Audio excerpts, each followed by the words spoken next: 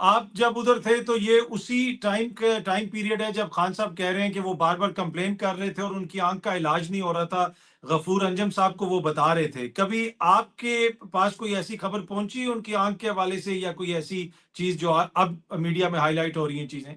نہیں، اس وقت تو کوئی ایسی بات اس حوالے سے بالکل نہیں تھی.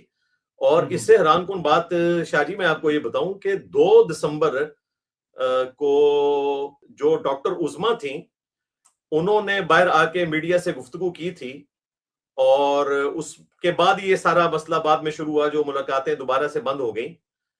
تو اس میں تو جب ان کی صحت کے متعلق ان سے پوچھا گیا تو انہوں نے کہا بالکل ٹھیک ہے.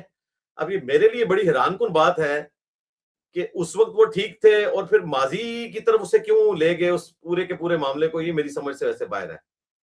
جی، اس میں وہ یہ بتا رہے ہیں کہ اس وقت تک آنکھ میں ٹیکا نہیں لگایا گیا تھا اور آنکھ میں ڈراپس اچھا ڈال رہے تھے. اب جب سے ٹیکا لگا ہے تو اب جو رپورٹ کل وہ میں پڑھ رہا تھا سپریم کورٹ میں جو جمع کروائی گئی، اس میں بتایا گیا کہ اب مسلسل آنکھ سے پانی رس رہا ہے، تو اس وجہ سے اب وہ شاید میرے خیال میں تھوڑا سا اس میں کوئی تبدیلی آئی ہے، تو شاید ایک وجہ یہ ہو سکتی ہے.